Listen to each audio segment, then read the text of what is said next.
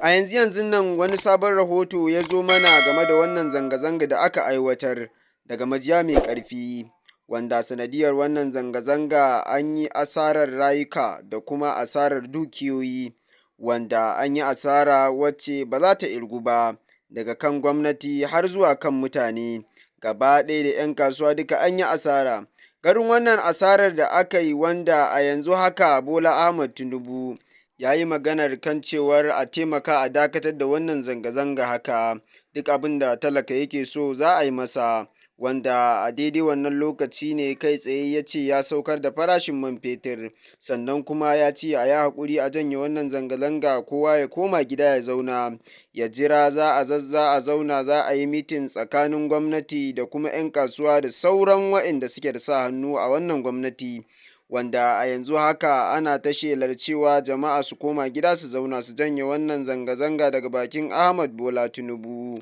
Sannan kuma Ahmad Bola Tinubu ya jajanta wa waɗanda suka rasa rayuka da kuma waɗanda suka rasa dukiyarsu a kan wannan zanga-zanga da aka yi, duk da cewa talakawa sun so a zauna a yi sulhu kafin wannan gaɓa ta zo, wanda hakan bai yiwu ba, aka yi buris da talakawa, wanda su kuma ransu ya ɓaci har izuwa wannan zanga-zanga, an yi asarar da ba za ta irgu ba.